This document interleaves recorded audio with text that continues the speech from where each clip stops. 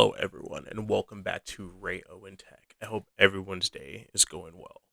So, today I have a little quick video. This is just going to be about cybersecurity awareness. This is an infographic. So, I decided to use Canva. It's a really cool tool. Go check it out. You can use it for templates, you can use it for thumbnails.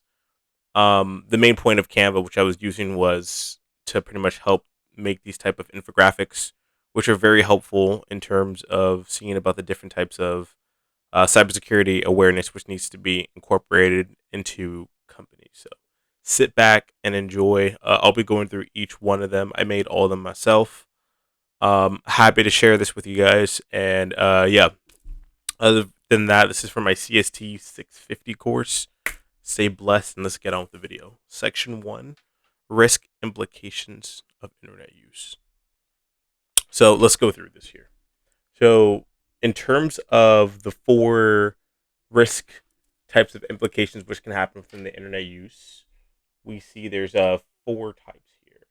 We first start with Internet of Things. Internet of Things is these are pretty much smart devices like cameras and speakers. If they're not secure, then they can actually be exploited, giving attackers access to your actual network. The best way to have a solution for this is making sure that these are updated as well as the firmware is secure. Also, in terms of passwords, it's good to make sure that you have strong passwords whenever you're setting like login information, just to make sure everything's good. If a network is breached, using segmentation is very good because what that does is that you're able to pretty much isolate a network from like an enterprise network, and being able to isolate, let's say, something which has been detected, will make sure that operations aren't slowed down. So a really good way of just ensuring this is good for Internet of Things. Number two is data protection for IP, for intellectual property. So we have to make sure that sensitive data for the business and patents or trade secrets are secured. This means that these are potentially vulnerable to attacks or misuse as well. Implementing security controls as well as access controls and encryption. This helps ensure proper secure communication channels. Also, if you add tools like data loss prevention systems, this pretty much helps you monitor like the network as well as any data which flows in and out. Um, so, because you have to think about it, the data is accessing the network, and so being able to have like a data loss prevention system will help you kind of see what goes in and out of the network at like unauthorized times. Number three is public network. So this is very important. So usually, whenever you access a public Wi-Fi without proper security controls, you could actually compromise personal information as well as like personal sensitive information. Even if you're using like a corporate device. So the best way to ensure that this is secure is encrypting the traffic and using a VPN, which is a virtual private network. Pretty much what you're able to do with a VPN is have like a tunnel. You encrypt that tunnel's connection and use that in order to make sure the connection is secure to whatever the endpoint is. And so this is really nice in terms of just ensuring security, especially when you're connecting. Let's say you're trying to work remotely and you go to Starbucks and you're just like, hey, I'm going to use a VPN. And this at least adds extra security on top of just signing on normally. Lastly is mobile devices. Different mobile devices like tablets and smartphones are easy targets for malware, potential phishing attacks. So with implementing the use of remote wipe, which is pretty much having like an admin access. Let's say the employee is no longer with them. One way to ensure that sensitive data doesn't get taken out is remotely wiping the device because there's no longer need for it, so you can reset it back to its factory setting. Also, making sure that the devices are encrypted. Having mobile device management systems and tools are very nice because being able to have someone actually see these devices and kind of see what the activity is, it makes it a lot easier. So these are like the top four implications in terms of risk for internet use. And so next, we're going to talk about OWASP, which is the Web Application Security Risk.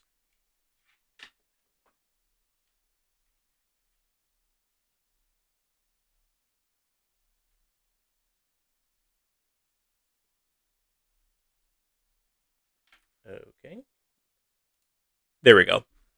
I was having technical difficulties with like the zoom in there.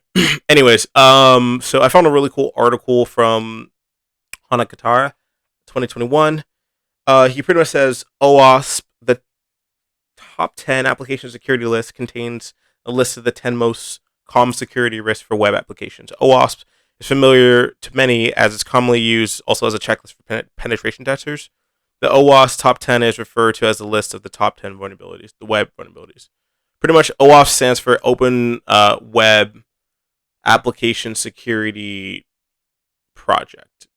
Hold on, I'll say that again. OWASP is the Open Web Application Security Project. So pretty much, you got to think about it where openly on the web, the most 10 types of vulnerability which could happen on the web would be on there. So you see these different types of attacks. So when you have people who are penetration testing, what they're trying to do is ensure that if these attacks would occur, being able to penetration test ahead of time will help not only secure a system, but also see if a system needs to be secured as well. So it pretty much just ensures that you're trying to prepare and mitigate against like any potential attack. So we'll break down like the OWASPs. I have like 10 bullet points here. I really like this slide. Check this out. All right. So let me zoom in here. All right. So we got the top 10 OWASPs for web application security risks. Number 1 is broken access control. The risk for that is potential users accessing data and performing actions not authorized. The solution for this is having role-based access controls. Also, it helps boost security and make sure that permissions are monitored. So it's really good. Number 2 are cryptographic failures. So if companies or just systems and devices have no encryption or weak encryption protocols, this could expose sensitive information. So one thing which is good about this is ensuring that a solution is having proper, strong encryption protocols as well as proper key infrastructure. Also for like sensitive data. So pretty much that's like public key infrastructure, private key infrastructure. Just ensuring that all the cryptographic configuration is correct and secure. So that would just ensure that it would be a lot easier. So that's one thing which you need to watch for, especially when you're working with web applications.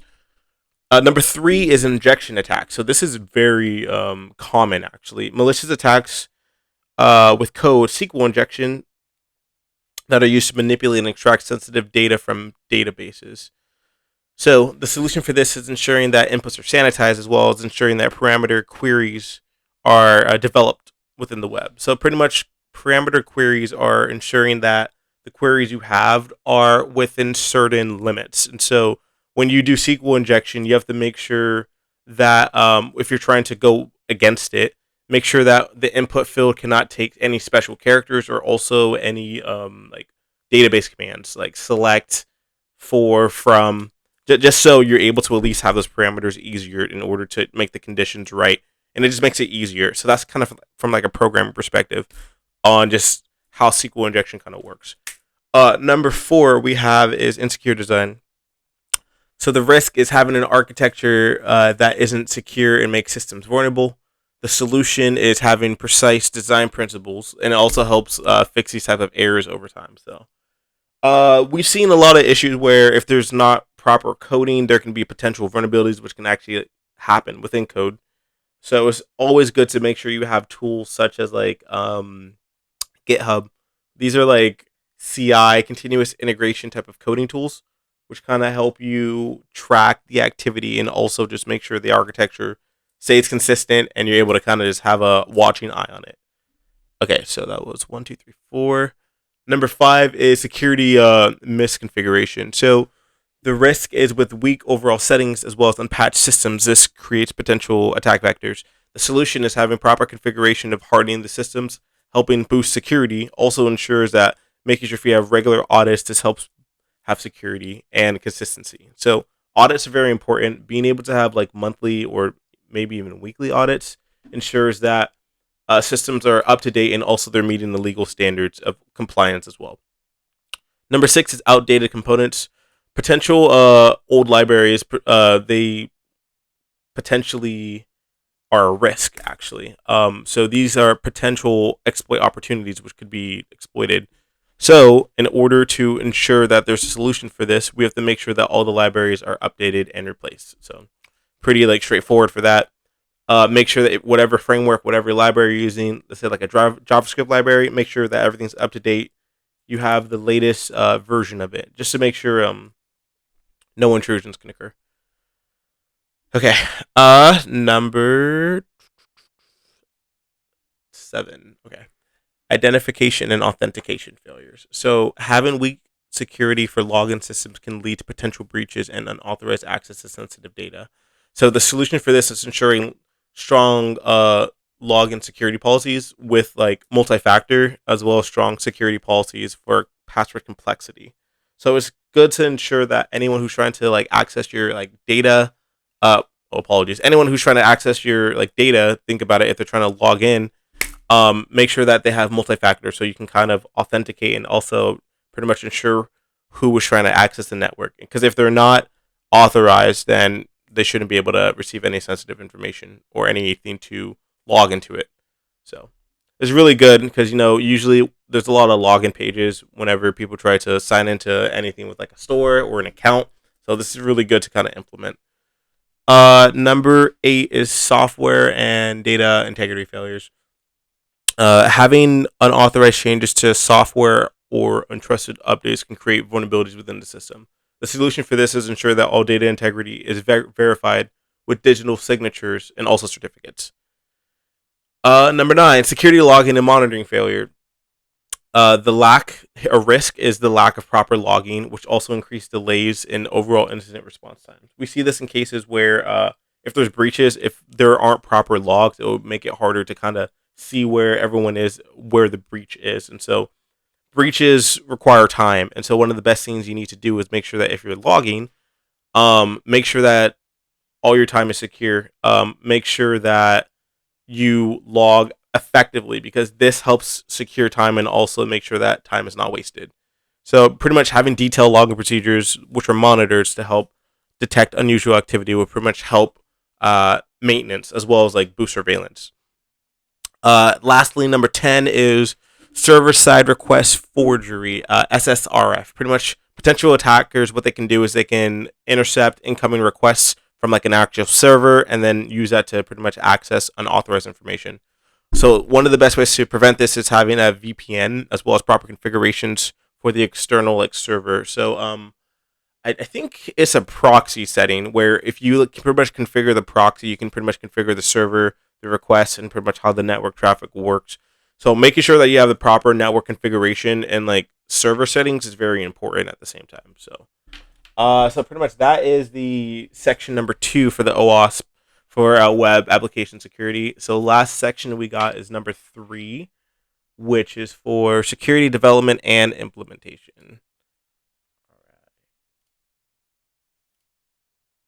All right, I got to zoom in on this one again. All right, so we got 5 methods here.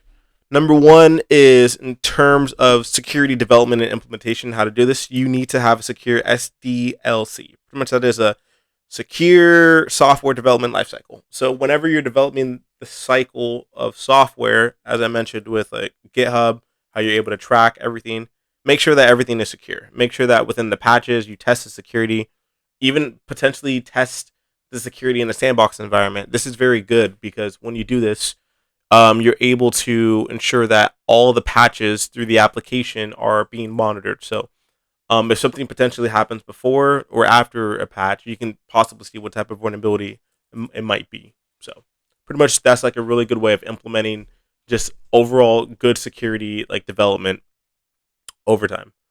Number 2 is the second method is regular security assessments. So ensuring proper penetration tests are conducted as well as vulnerability scans to detect any potential risk and vulnerabilities. Having regular security assessments will just pretty much ensure that anything which needs to be tested will be caught. Not really entirely, but at least you'll be able to have stronger ways of mitigating your system. Because if you're actively testing it, you're going to find more things within the actual vulnerability scans. However, there are cases where people can get false positive, false negative. That's why it's good to also use automatic tests and manual tests. So that pretty much works for security assessments. Number 3 is applying security patches. Ensuring software as well as libraries and frameworks are up to date with patches and updates. It helps boost security. So pretty much make sure that each device, the library, the framework, and the software are all up to date. So doing this will just help ensure security development over time. Number 4 is web application firewall (WAF). So configuring proper security controls are placed to monitor web traffic against different types of attacks, just as like SQL injection and cross-site scripting, as I kind of mentioned earlier. Um, so having a web application firewall lets you know what gets allowed, which ports are blocked, which ports are allowed.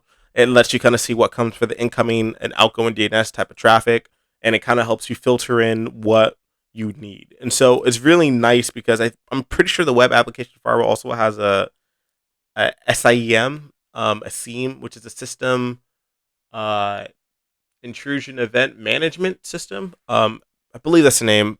I might go back and give you some more detail on that. But anyways, pretty much it helps you give like an automatic type of response and helps pretty much manage information for you. So it's a really good method to have. Last method is employee training. Number 5 is having proper education for employees and developers for the best security practices and coding and testing. So these are the top 5 security implementations and also development, which can be used um, pretty much just for our topic we're talking about today. So, lastly, as I mentioned on the second slide, I believe, here's my reference from Honkatara. Yeah. Other than that, thank you guys so much. That's pretty much the end of my video. It was a little bit longer today, but it's totally fine. Thank you guys so much. If you guys like the comment, if you guys like the video, like, comment, subscribe. Other than that, stay blessed, have an amazing day, and take care.